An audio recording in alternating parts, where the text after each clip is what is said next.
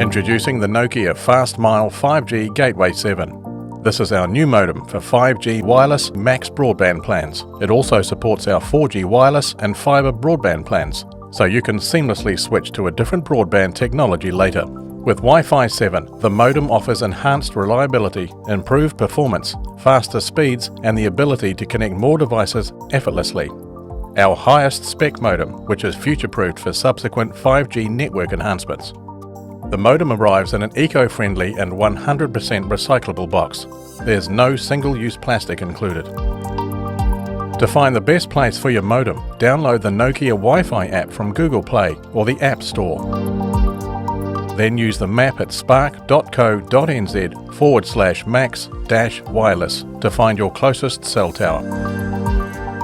For a strong connection, place your modem up off the ground near a window facing the cell tower. Keep it clear of other objects that might block the signal, and make sure there's a power point nearby. Firstly, take out the power supply unit, plug it into the modem, and then into a power point in your home. Switch it on at the wall, then power on your modem. Wait for the light on the front of your modem to turn green. This can take up to 5 minutes. If the light goes red or yellow, use the Nokia Wi-Fi app and move your modem around until it gets a clearer signal.